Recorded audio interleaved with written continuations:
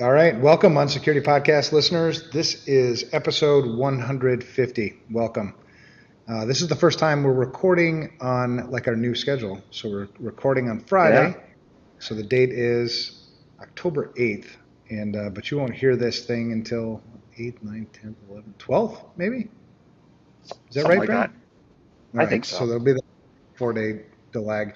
4-day. Did I just say delag? Yeah, I think so. What the hell's a delag? So it's like when you take away the lag, maybe? Yeah.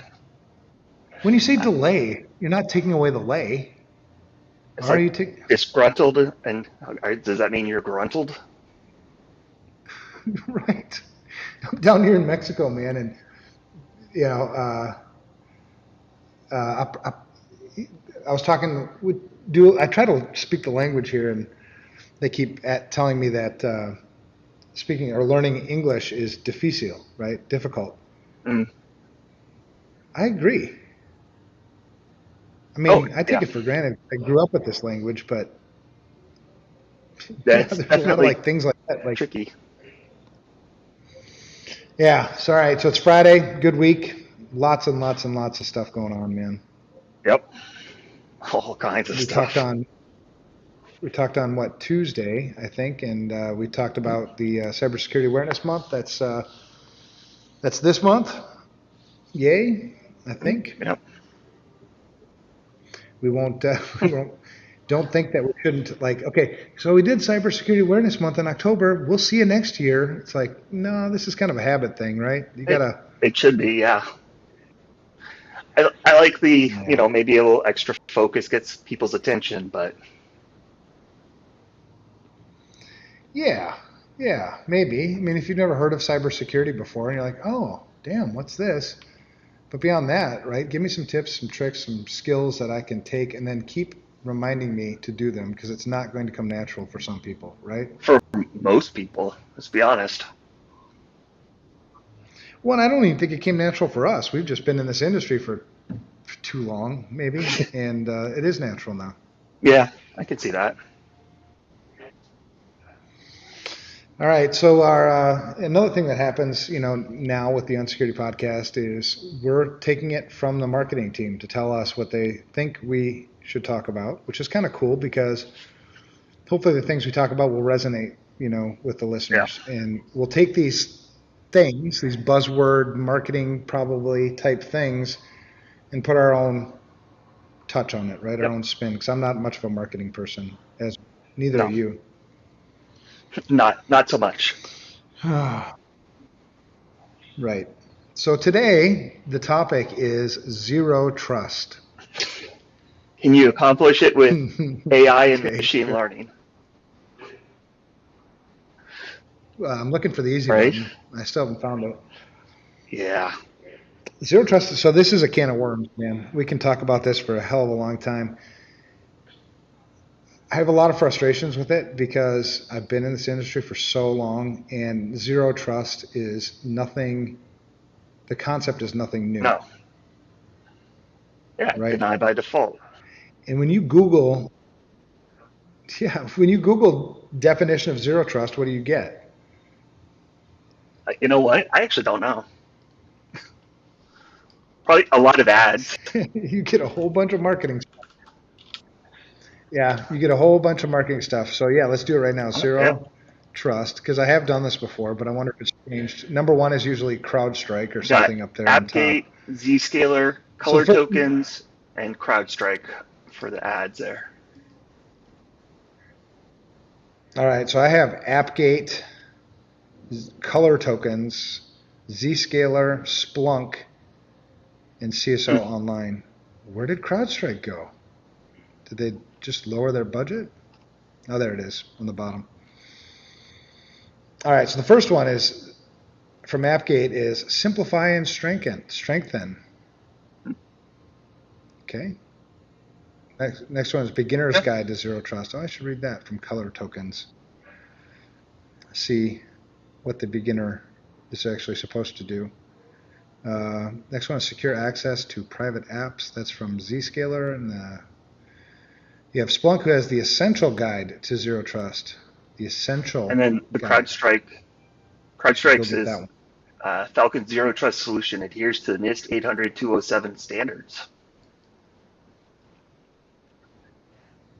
Well, there you go. So speaking of NIST 800-207, that special publication published August 2020.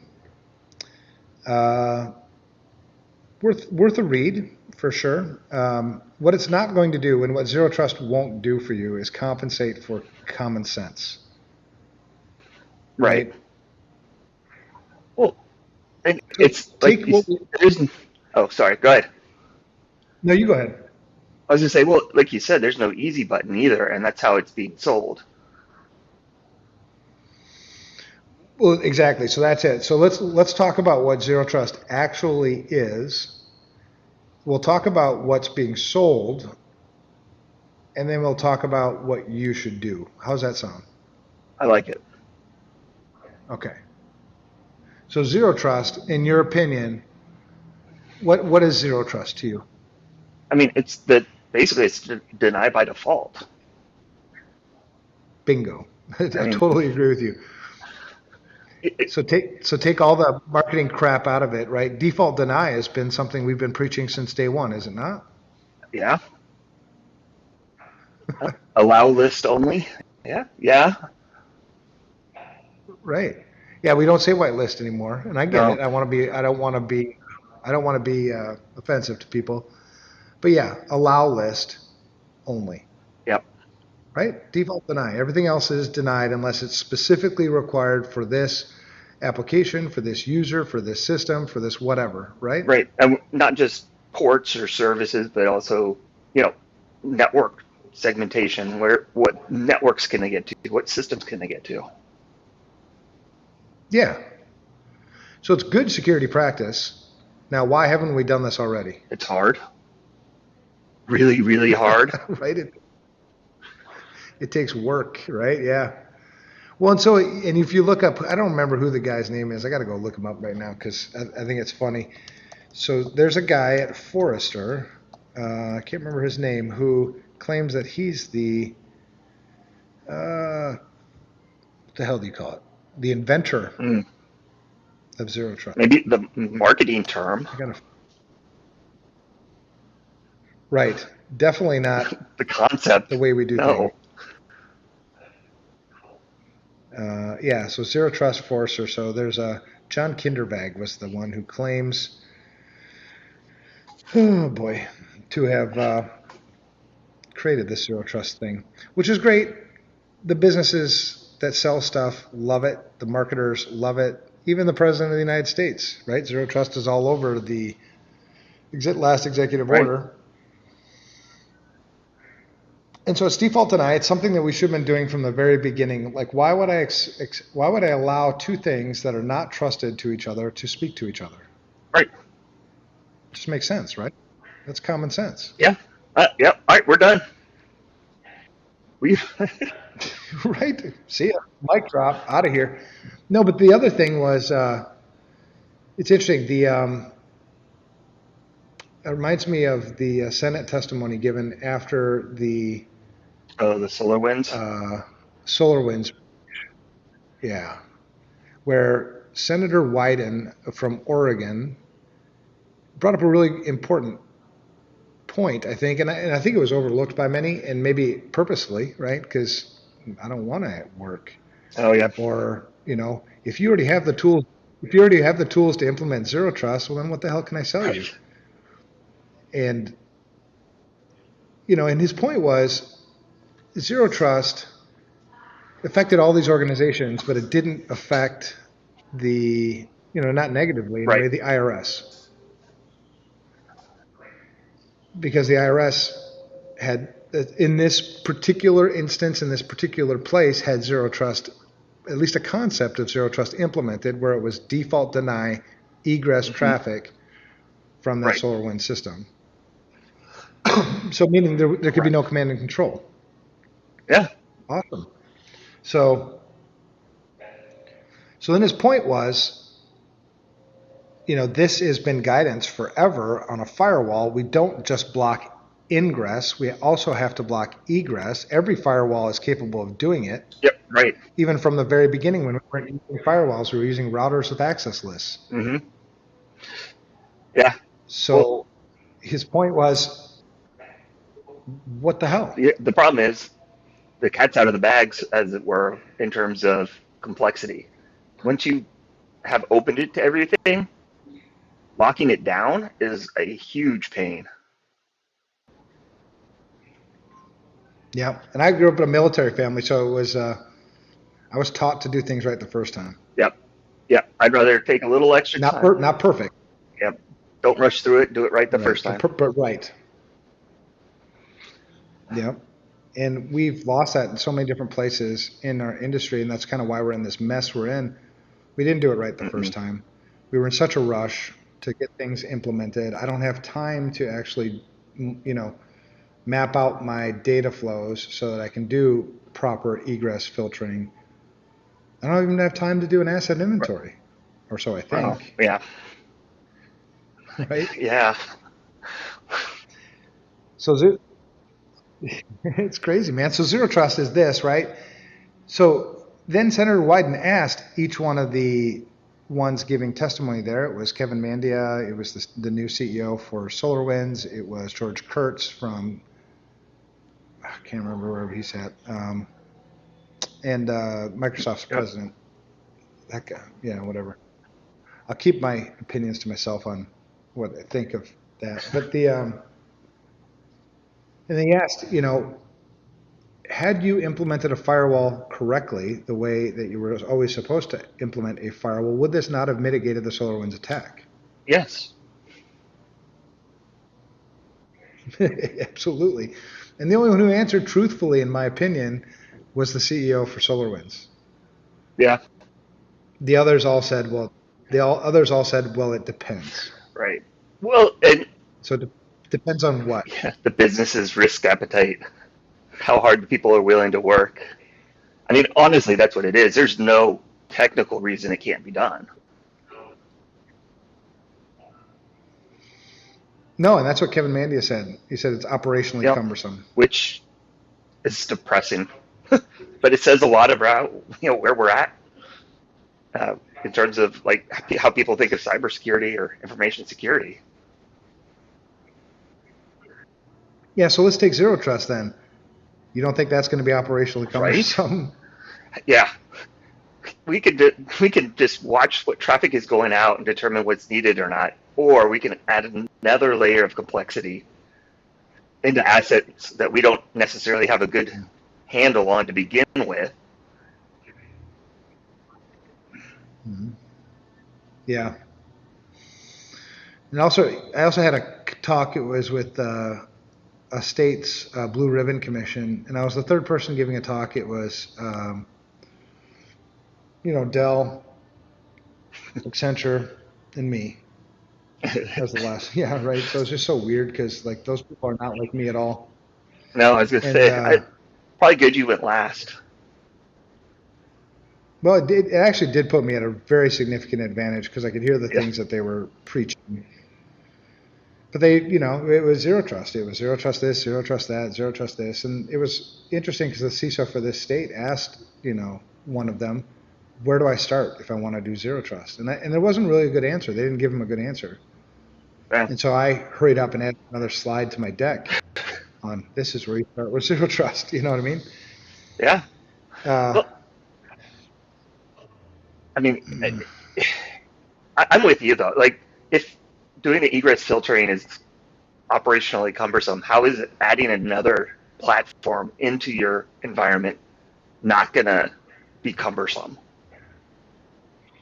Now it's just another thing to keep updated, another thing to be likely misconfigured. So, yeah. And we use a bunch of big words in this zero trust architecture too, which I think just adds to the confusion. Zero trust architecture sounds really cool, right? So I'll get budget for it. But then when you start talking about all the pieces that go into it, you have a lot of cover there in terms of like, let's say I don't know squat about zero trust architecture, but I'm going to tell my boss or I'm going to tell the CEO that I need to get, we need to do this zero trust architecture thing. Even the president is saying so. Right. So he's like, okay, how much is it going to cost? Well, I talked to a vendor and they said it was going to cost, say $2 million. Like, all right, well, I mean, it's a big deal and we can use it as a market differentiator and maybe get more business and, just, all right, let's do it. Not knowing the first thing about how you actually do it. Right. Right. I, And so, and the vendor doesn't know either. They just got, it's a buzzword. They did some reading. They, oh, okay, so we just got to, buy some endpoint stuff and, maybe just get some EDR, even though EDR has nothing, to do with zero trust and, whatever. And so I sell a bunch of stuff and then I can hide the fact that I didn't actually do anything about zero trust because I can use a bunch of big words to say, well, we didn't do zero trust. We did but we did a really nice enclave-based deployment. I'm Oh, all right, that sounds good. I'm looking at the You did an enclave-based deployment? NIST documentation right now. It's Yeah, page 14.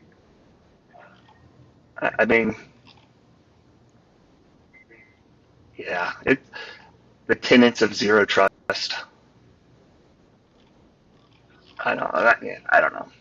I think it's likely not going to go as well as a lot of people think because it isn't easy. I mean, we have people how many people don't even don't have SIM, don't have any log aggregation, and now you're going to add zero trust? Like, do some of these basic things first. Well, right, and that's what I had asked. When the CISO for this state had asked me, I'd asked where do you start. My answer was you have to have an intimate understanding of yourself. Mm-hmm. You have to know everything about your environment. I need to know every single asset, hardware, software, data. I need to know every application, what it's communicating with, how it's communicating, who's accessing it, should they have access. I mean, it's intimate, like in-depth analysis of who you Right. actually are first.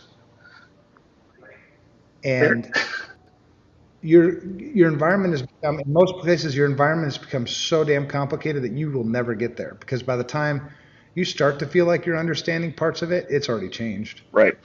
Sorry, I was distracted. Vastly. A black cat is currently walking around my deck, and we don't have a cat, so that's interesting. Sorry. That's an ominous sign, my friend. It's the neighbor's cat, but thankfully the dogs are not out. That would be not good. Anyway. Right. Yes, I'm with you. Well, I wonder how many people that preach zero trust, and even people in this NISD document have actually done it. Have you actually done this before in real life? I mean, I'll be honest. I've tried doing it. I've done it to the best of the ability and the resources at the time. But it's a massive undertaking, and it takes a long time. And I knew the environment. Right. So yeah. And I'm not saying that zero trust is a bad thing, but I think the way it's written in a lot of the zero trust architectures just add more complexity into the environment, and that's the worst thing you can do. The worst possible thing you can do to secure an environment is make it more complex. 100%. I mean, so instead of adding more things, because zero trust does require you to add some things. You're going to have to buy some things. Yeah. You have to buy some systems that are going to manage parts of your zero trust architecture. You're adding more things. Right. Yeah. I mean, if you already don't know how to secure what it is you have now, why would you add more things to it to try to secure it with that? We see this all the time in incidents, and we've talked about this I don't know how many times, where they're like, well, we spent X amount, we have all this technology, how'd this happen? Well, you didn't configure it, you put it in place and there we go, we're good. Right. So let's go through the tenets of zero trust. So for people, this is zero trust basics, right? So if you go to NIST SP 800-207, and if you want to read it yourself and follow along, on what page is this? Page 6, right? We've got the tenets of zero trust. And again, the theory is not a bad thing. The implementation of zero trust, if I were to implement it this way, no, I wouldn't do it this way. I just wouldn't. The very first thing I would do is I would take a complete asset inventory of my environment, and I would get rid of everything I can. Is this needed? Is this needed? Is this needed? Is this essential? Can we take the stuff that's happening over here and put it onto this system? Can I really consolidate and condense this thing and get rid of, ideally, half of the servers, half of the workstations, half of the applications, half of the data? Can I get rid of that stuff? Because every single bit, and I do mean a bit, every bit of data, every process, every packet on the network, every authentication, that if you really want to do zero trust, all of that has to be accounted for. Yeah. And I'm sorry, you can't do it. I've consulted many organizations just in the last year about zero trust, and in most cases, it comes down to it's probably just better to start over. Oh, yeah, 100%. I don't think that's even like a question. Right. And people aren't being told that. I've told I have a couple of people I talked to that were moving from maybe a on-prem to Azure 360 or AD, or moving to a cloud solution. I was like, well, there's your chance. If you're going to do it right. You're making a migration. This is your chance to make the change and do it correctly. Yeah, which but is basically starting over.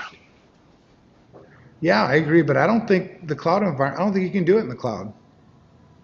Well, I don't think Microsoft has made things so damn complicated, and you lack so much visibility that you're just trusting that they did certain things, and God knows Microsoft does a lot of things wrong.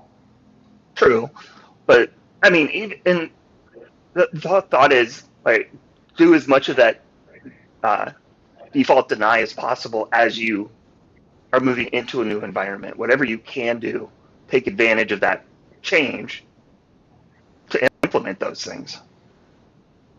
Yeah. I think I would almost build like a parallel architecture, like a parallel like network, right? With zero trust built in at the beginning. Really, really good documentation, understanding, processes in place to monitor processes. So kind of everything that's going on, and then one by one. So you almost have like a zero trust, network over here and your legacy, and then move pieces into that new environment. Having started that or worked on that, it's it's a lot of work. It's not easy. Yeah, but everybody's got free time, right? Yeah. Because, yeah, there's no free time. God forbid you break something when you do that too. Oh, you will. Guaranteed. Guaranteed. You have to go into this with a contingency plan all throughout. You know what I mean? Yeah, it could be a little unsettling working on, existing, because the last thing you want to do is take down the business. Exactly. Because from a business perspective, a business is in business to make money. A business is not in business to do zero trust. Right. I mean, I can remember very clearly we monitored firewall rules and reviewed them every 6 months, and any rule that hadn't been triggered in 6 months went away. So we would disable it and then wait, luckily, but it was in change control. But, the bank came up like in a panic because they had to do something like once a year or something absurd. They had to upload something, and they couldn't because we had taken out that rule. It's like, sorry. Sure. But it's easy to put Oh the rule yeah. right back in place again, right? Go through the process. Yeah, that's bound to But happen throughout your. And if you're building a new architecture now, build it right from the beginning. yep. You know what I mean? Yep. So, so the tenets. Tenet number one: all data sources and computing services are considered resources. Okay. All communication is secured regardless of network location. Okay. Okay. Access to individual enterprise resources is granted on a per session basis. So I, Access. I was gonna say that's Go so ahead. weirdly worded. Trust the request.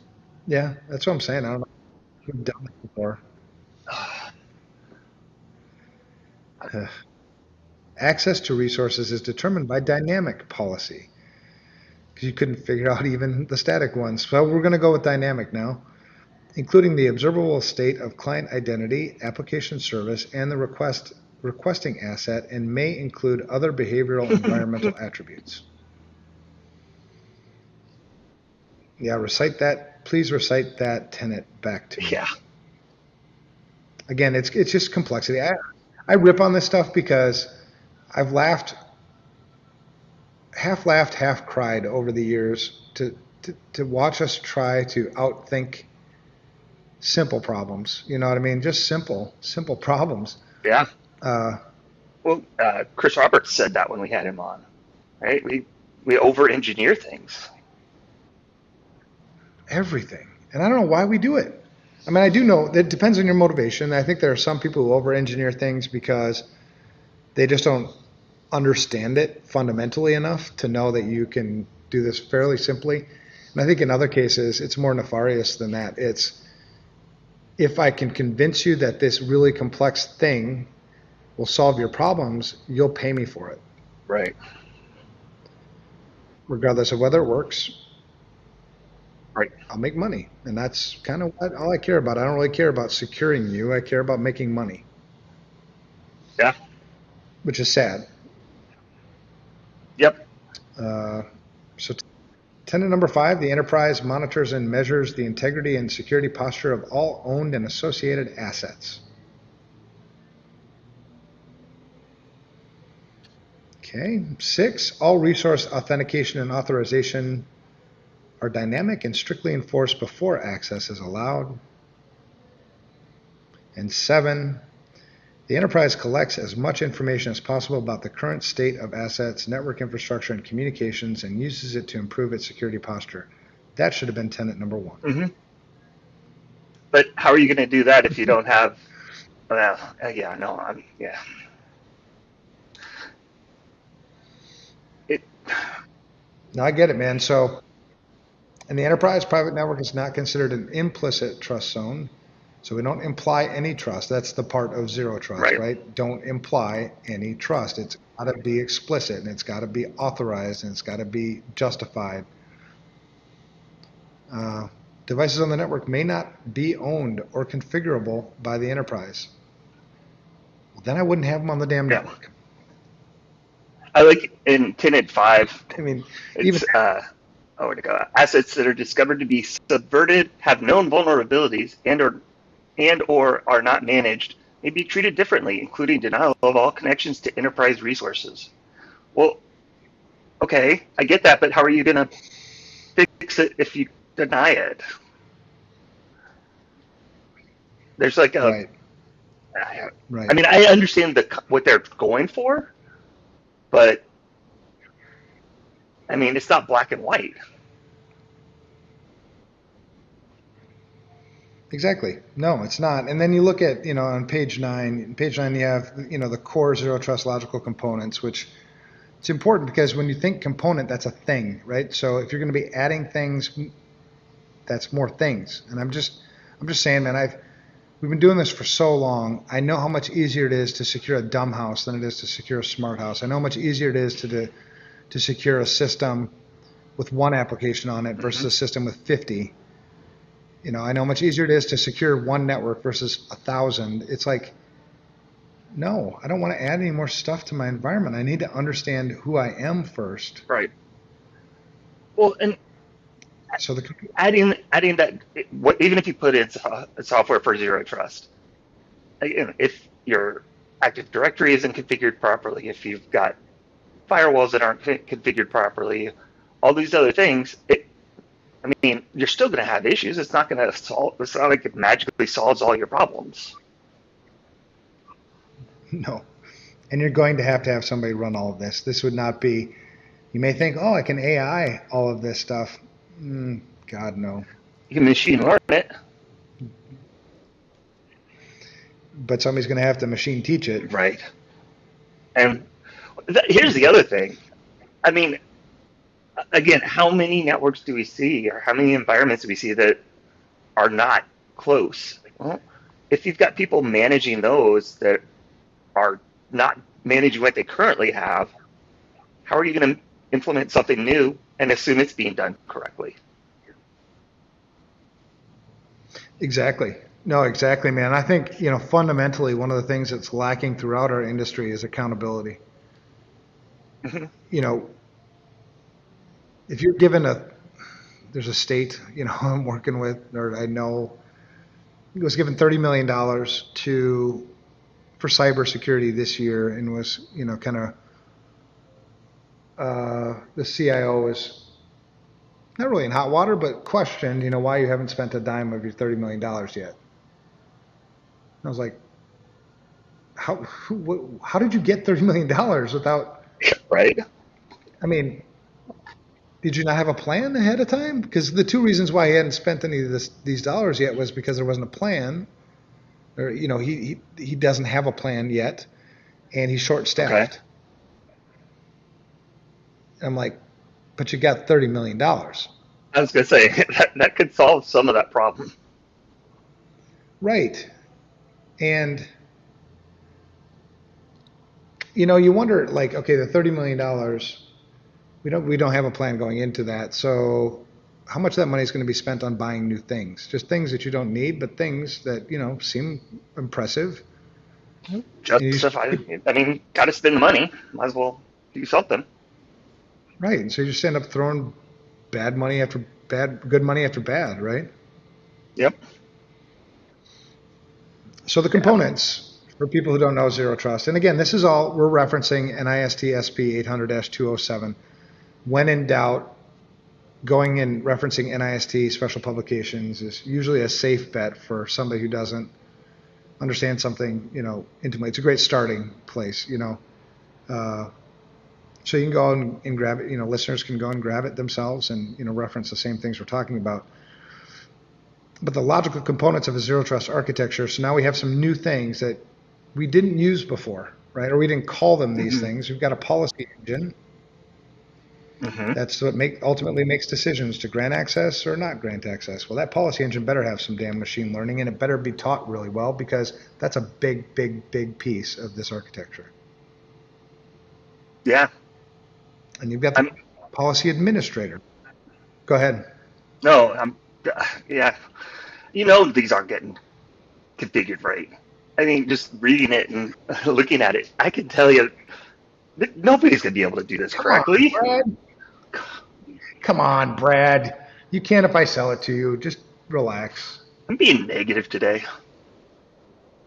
Well, but I don't know if you're being negative or being reality. Healthy skepticism. How's that? Yeah, I mean, it's reality, man. Yeah. So a policy engineer, a policy administrator, those two components together make what's called the policy decision point, right? So the administrator probably is the component responsible for the communication with the policy engine and all this other stuff. It's kind of the front end of that policy decision point. And then that policy decision point, you've got the policy, not in, but outside of that, you've got the policy enforcement point. The policy enforcement point is kind of that thing that sits between thing, process, magic, pixie dust, that sits between the system that's not trusted and the trusted enterprise resource. Okay, and then you got a bunch of components on the outside that are kind of managing and making sure this is all working correctly, including CDM system, industry compliance system, threat intelligence system, activity logs, data access policy, PKI, public key infrastructure, ID management, and a SIM system. Yep. But that's your zero trust architecture. yeah, those additional data sources that are for input, I mean, most people don't have that. So I can sell it to you though. Yeah. Yeah. I mean, right? Yeah. I mean, I like the concept, right? We've been preaching this forever. They do have good things in it, but it's not, like you said, it's not reality for a lot of places to even think they're going to be close to being able to do this. No, it's not feasible, man. The in so many of the environments that I've operated, actually, nearly all. I mean, I'm sure there's an exception here or there, but every environment I've worked in and witnessed and helped is not capable of this. It's pie in the sky thinking to some extent, unless you're potentially a government entity. So the fact that it's an executive order and that really affects, those government agencies, maybe they can do that. But I don't know if you've seen the scorecards in the last, 5-10 years. Not so good. There's a lot of no, yeah, there's a lot of D's, on that scorecard. So that means fundamental security stuff that you're not doing, and now you're going to try to implement zero trust. Yeah. Okay, I don't know. It's again. It is healthy. What's that? I mean, it is healthy skepticism, and I think the point for listeners is don't buy something unless you understand what it is you're buying. So if you're buying zero trust, if somebody's selling you zero trust, you better understand what the hell that means, and so you can hold them accountable for doing these things, because that accountability piece is the biggest piece that seems to be missing over and over and over again in our industry.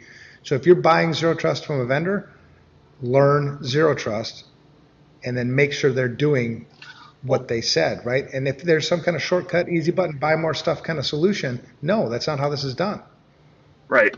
Well, and we just went through what you're going to need anyway.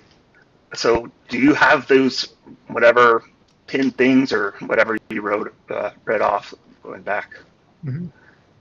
The CDM, the industry compliance, the threat intelligence fees, all those things. If you don't have those in place, I mean, how are you going to run zero trust if you don't have the underlying requirements? Right. And it can get really confusing, zero trust. I mean, if you want the simple version without reading NIST SP 800-207, if you want the simple version, it's take a really detailed asset inventory. Start working on that. You're going to need it anyway. So if you eventually go to a full zero trust architecture, if that's somewhere you want to end up with all the buzzwords and with all the new components and things like that and the new complexity, fine. Or if you just want to keep it simple, right? The simple way to do zero trust is to, like I said, inventory everything in your environment with as much detail as you can. That alone is a super big challenge for companies because they keep buying more stuff. They keep implementing more stuff. So that inventory will never be 100%. And neither will your zero trust, by the way. Your zero trust will never be 100% zero trust. Reality is things change too fast. Machine learning or AI or not, sorry. You keep plugging new stuff in, you keep moving new stuff, you keep configuring things differently, you keep, patching. I mean, all those things have to be accounted for. Well, and then the other side of this is people that implement these things and then go, okay, I don't have to worry about it. It'll catch it if there's something going on. And they quit looking. They quit the monitoring. Right. And we know that that's not the case. I'm gonna make a meme, man. I'm gonna make a meme with A Few Good Men. What was crap? I can't remember his name. Oh, Tom Cruise. Oh, Jack Nicholson. No, Jack Nicholson, and he's, you can't handle zero trust. You've got a couple days to make that before the podcast goes One out. There you go. And you sort of missed the point too about a lot of these things. Really, just keep it simple, man. Simple, simple, simple. Simple. What is information security? It's risk management. It's not risk elimination. Therefore, I need to know what my risks are. I won't know what my risks are if I don't know what I have. Just follow the logic. And if you end up someday at zero trust, wonderful. If you don't, wonderful. You probably saved a ton of money, probably saved your employees a ton of frustration. Because there's really no need to get to zero trust until you really can understand what it is and that, appreciate its value. Yeah. You don't do zero trust just for the sake of zero trust. Do. Come on. It's next gen, man. No. Well, yeah, I suppose. It is next gen. It's actually like ultra mega gen. We're doing ultra mega. But is it quantum? So that's it's coming. We're working on that actually right over there in the laboratory. Me and my buddies. So we do sound pretty negative about zero trust, and I am, and to be honest, man, I am negative about zero trust because it's being abused, just like everything. It seems you've got a whole bunch of people out there right now who are selling zero trust architecture, using their buzzwords, ZTA, and you got to put this in and and what they're seeing from their perspective, you got to think about motivations. What they're seeing are huge dollar signs. Ding, ding, ding, ding, ding. I'm going to make a ton of money. What you're the sheep. Yep. Well, so and you're like, yeah. There's the cybersecurity white paper, Planning for Zero Trust Architecture, and it references NIST 837. And what are the steps? Prepare. Okay, that asset inventory. They categorize. Okay, that's pretty straightforward. We got to categorize everything. Select. So is it going to be low, moderate, high? So got to choose that. And then implement. So implement is like the fourth thing. You got to have all this other stuff in place before you can really implement. If you just go straight to that step, it's going to high likelihood it's not going to do what you want or do what you think it's doing. Exactly. Right. Yeah. And like you said too, ZTA is a cycle, right? It's not I've implemented it and now I'm good. This system will run by itself kind of thing. No, it's a cycle. You'll continually have to cycle through that over and over and over again, which isn't necessarily a bad thing, but I don't need more stuff to do this. No. I can do this with what I currently have. I don't even need, we talked about asset inventories before. There's so many free tools out there that you can use to do an asset inventory. You can get some college interns to come and walk around with a notebook, right. And take your inventory. I mean, there are just so many different ways you can do that. And yes, by the time your inventory is complete, it will be outdated. That's the nature of the beast. So that's why that also needs to be a cycle, right? You need to cycle through this over and over and over again. And only then, if I got that figured out, would I go to the next step. Right. You know what I mean? Oh, yeah. Yeah, it took months to get a full, that initial asset inventory, at the last place. Because, okay, I think I've got everything. Wait, what? Where'd this come from? And then weekly scans. Yep. Yeah, then you start figuring out while you're either prior to starting your asset inventory, if you want to think programmatic, think of the entire program about asset management, then you'll be thinking about, well, how can I control the asset inventory, right? Things like change control, things like you said, scanning, to monitor for new systems that maybe popped up on my network that weren't there before. And then how will I account for those? I mean, all those things can be done. And the way, even if you look at the diagram, right, on page 37 of 800-207, it's a linear progression. Like, so that's the logic, right? It's linear. One thing inputs into the next thing, which inputs into the next thing, which inputs into the next thing. So if you have shit at the beginning, what do you think it's going to look like on the other end of this? Right. Yeah. Quality of data in, quality of data out. Right. So if you cut corners on the stuff that we've been preaching for you to do for the last 30 years, if you cut corners and you're like, well, I don't want to do an asset inventory. Well, then great. You can't do zero trust. Right. Period. Well, you can, I was but gonna say, what are you expecting at the end? yeah, you can do it. It's just not going to work. And I'll tell you, man, if you want to do it that way, just send the check. I'll give you an address. You can just send the checks there. And I'll just take your money and go invest it somewhere else where we'll actually make a difference in the world. There you go.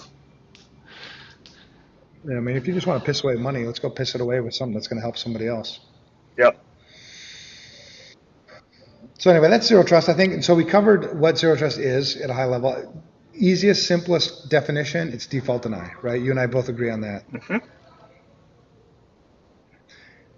The how to implement, you can follow the guidance from NIST SP 800-207.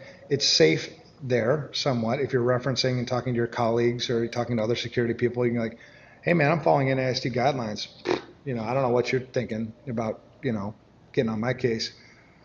If you're that kind of person, well then great. Follow that path. If you truly want to implement zero trust to the best of its, I guess, all the benefits, start with a detailed, intimate, as much as you can, understanding of yourself. I mean, it straight up says, well, so identify the actors on the enterprise, but then identify assets owned by the enterprise, identify key processes, and evaluate risks. And then you can formulate policies, but you have to identify your users, identify your assets, and then identify the processes that are going to be managed by this. So, yeah, you can't do this without that upfront work. And logic would support that, right? I mean, it's the same thing we were preaching way before zero trust was ever an invented Right. term. And with your asset inventory, as much as you possibly can, get rid of everything that you don't truly need. There are things we want, I get that. Well, cool thingy-majobber does this thing for me that whatever. It's like, okay, but I can't patch it. Right. I can't segment it off from everything else. And nobody's really managing it because that takes work too. And, I would set goals for like, we need to shed, and we have a term for that. We call that tech debt, right? Let's shed as much tech debt as we possibly can and then start thinking about your policies, right? Because why would I create policies on things that I don't Right. really need, right? Get rid of it. Complexity, Bruce Schneier was the first place I heard it, and I know it's been said many times in other places. He didn't invent the term, but man, it'll serve you so well in this industry. Complexity is your worst enemy. Every time. Every Yep. time. Yeah. Yep. So, yeah. And so I agree on that point. I agree with zero trust. It is the right thing to do. People just don't know what the do actually is. And I think the implementation, if you follow the guidance step by step from SP 800-207, you're not going to find yourself in a very good spot. Yeah, even if you just do the first 3 steps of identifying everything, you're going to be so much better off. Because, yeah, Yep. I mean, yeah, I'm with you though. The concept is good. I think I don't have a problem with the concept behind it and kind of the steps. It's the marketing and sales people that are like, hey, here you go. Here's your solution. It'll do all this for you. Right. Well, I think it's really important too to point out that nothing in zero trust, other than terms and little bits and pieces that we put into this, the zero trust itself is nothing new. It's not new.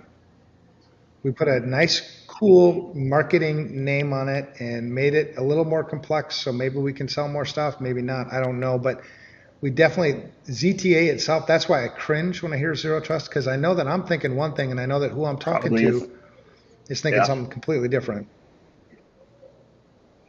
And we have that same problem even today, right? And that was, chapter 1, and I think in the book, whatever years ago, we don't even have a common definition of information security Right. still. I mean, information security, what? Oh my gosh. So start with the basics, the fundamentals. Slow down a little bit. Take stock of what you're actually working for. Don't take things for granted. Don't take, well, yeah, it says I have an asset inventory, I have a spreadsheet, or I ran a scan, and here's all my hardware. I'm good to go. Let's move on to the next step. No, it's not. That's not it. You know what I mean? Hardware, software, data. They've also, and I think it's a great approach. I've always separated out identity management into a separate kind of separate integrated bucket, but they've also got user inventory. You need to have an inventory of your users and business process review. And when I say user inventory, that should actually be account inventory because you also have a whole bunch of service accounts that are doing a whole bunch of things. And some of those you can log on interactively. So, yeah, you'll be stuck in that one bucket if you actually want to do this right. You'll be stuck in that one bucket for a year Oh, easily. alone, maybe. That's assuming you have the resources to actually do it. You're trying to do Right, that on top of right, everything else, your regular job. It's going to take longer than that. exactly. So I hope the listeners, from our discussion, got some hard, honest truth. I mean, you and I mean, that's our number one core value, right? Is tell the truth, and whether it came off as negative or whether it came off as whatever, it was all Mm-hmm. truth. And I think we all need more truth in Yep. this industry. All right, brother. Any shout outs for you? I'll give a shout out to Renee. Just What? awesome to work Your, for. what? Your boss? I know. I'm kissing up. I don't know if she even listens. Well, she will now because I'm going to tag her in this social media post thing. Uh, I'll give a shout out to, man, there's so many people. I'm going to give a shout out to somebody nobody's ever heard before just because it's something that came up yesterday. It's the house person here. His name is Juan.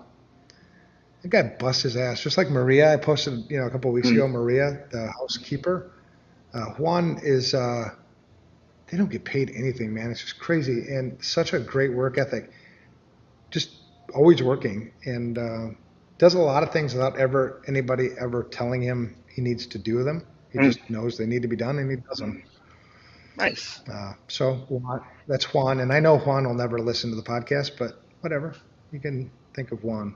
I'm sure you do a good job of All right, and we're not going to talk. letting him know he's a.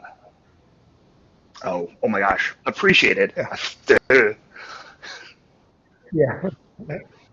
No, he is real. Yeah, I do, man. I don't know if he gets many hugs from people. Guess, but he gets hugs from me. There you go. The first time he was like, "Whoa, whoa," and I'm like, "Hey." And then I painted my toenails red and green. You haven't No, I seen have them yet. not. Uh, yeah, so well, because I had a pedicure and they were cheap, and I was like, "All right, I'm in Mexico. I'll do Mexican color." So I came back to the villa or whatever and walked in. And I'm like, "Viva Mexico!" And I thought he was gonna die laughing. That's funny. So that was cool. Yeah. All right. Yeah. No news this week because we talked enough about zero trust, but I think we're obviously aware of many of the things that are going on, and I think maybe next week we'll talk about the newest guidance that kind of came from the federal government about accountability because I think that's a good thing, and it kind of goes as a way that it'll help protect us against some of the abuse Yeah. of this thing, the zero trust. Cool. All right. Well, we'll see you next week. Sounds Yeah. good.